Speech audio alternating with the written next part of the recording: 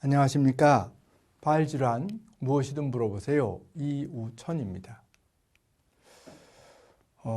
샤콕 관절, 샤콕 관절이라는 것은 발에, 발 아니고 다른 데도 생길 수 있습니다. 무릎도 생기고 있지만 이 말초신경 마비에 의해서 생기는 병이기 때문에 척수에서 멀리 떨어진 발에 생기는 경우가 제일 많고, 그래서 그 중에서도 샤콕 관절, 이걸 다른 말로는 신경병성 관절병증이라 그럽니다.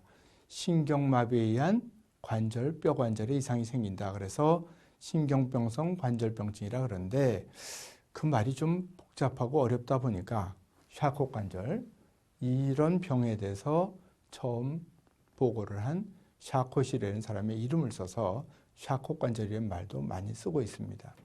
그래서 샤콕 관절은 어디든지 생길 수 있습니다. 발 중에서 이 발끝 부분에도 생길 수 있고 발목에도 생길 수 있고 뒤꿈치에도 생길 수 있고, 근데 오늘은 이 부분, 발의 중간 부분에 생기는 샤콕 관절에 대해서 말씀을 드려보겠습니다. 이와 같이 이렇게 구별을 지어서 얘기를 하는 것은 그 부분에 따라서 병이 조금 다릅니다. 치료 경과라든지 증세라든지 이런 것이 좀 다를 수 있기 때문에 보통 이제 제일 흔한 것이 여기 아니면 여기인데요. 요거 오늘은 요 부분에 대해서 말씀을 드려보겠습니다. 그래서 신경마비가 원인이고 감각이 비정상이다. 만지는지 안 만지는지 잘 모른다. 아픈지 안 아픈지 잘 모른다. 뜨거운지 찬지 잘 모른다. 이런 것은 이제 감각이라 그러죠. 그것이 비정상이라서 뼈가 부서져도 알지 못하는 겁니다. 뼈가 살짝만 금이 가도 아주 아프고 오래 갑니다.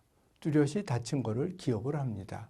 근데 이런 분들은 감각이 정상이 아니기 때문에 뼈가 살짝 금이 가는 게 아니라 부서지고 관절이 빠져도 알지 못하니까 얼마나 큰 문제입니까? 그죠? 그래서 여기에 이 부분에 뼈와 뼈 사이에 이렇게 관절이 있죠. 틈새가 있고 관절이 다 있습니다. 근데 여기는 뼈는 많은데 뼈 사이에 틈새가 안 보이고 그것이 어디가 관절인지 어디는 입뼈고 어디는 입뼈인지 그런 거를 알 수가 없게 되어 있습니다.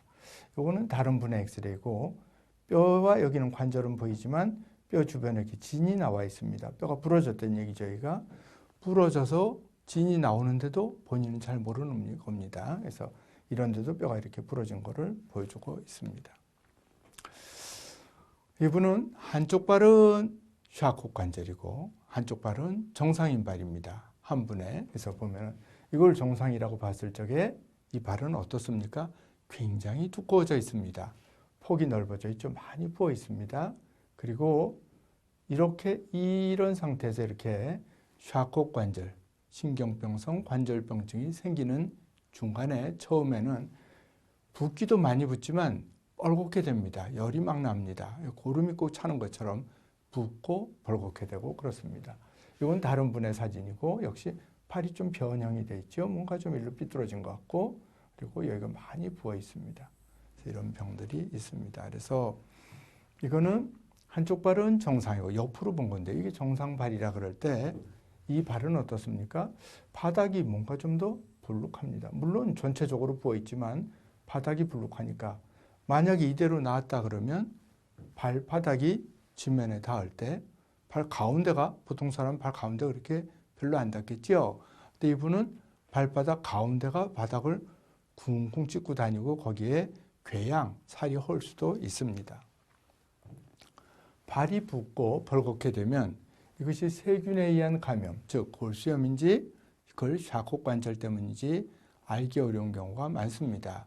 이 경우는 보면은 살이 상당히 붉은 게 이게 골수염의 가능성이 상당히 있는 경우라고 할 수 있습니다. 근데 샤콕 관절은 다리를 위로 들어 올리면 벌겋은 것도 정상으로 색깔이 되고 부기도 쉽게 빠지는 편이고, 골수염과 같은 염증이 있는 경우에는 다리를 들어 올려도 부기가 잘 내리지 않는 것으로서 간별할 수도 있는데, 그러기에도 간별이 어려운 경우도 얼마든지 있을 수 있습니다.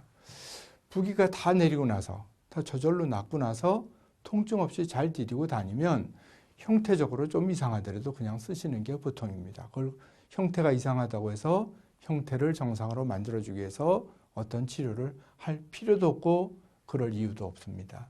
그런데 발바닥에 뼈가 튀어나와서 굳은 살이 생기고 그것이 아프고 걷는데 불안정하다든지 또 이와 같이 발바닥이 너무 이렇게 툭 튀어, 이게 발바닥이거든요. 불룩하게 돼서 염증이 생기는 경우에는 그 뼈를, 소개를 교정을 하게 됩니다.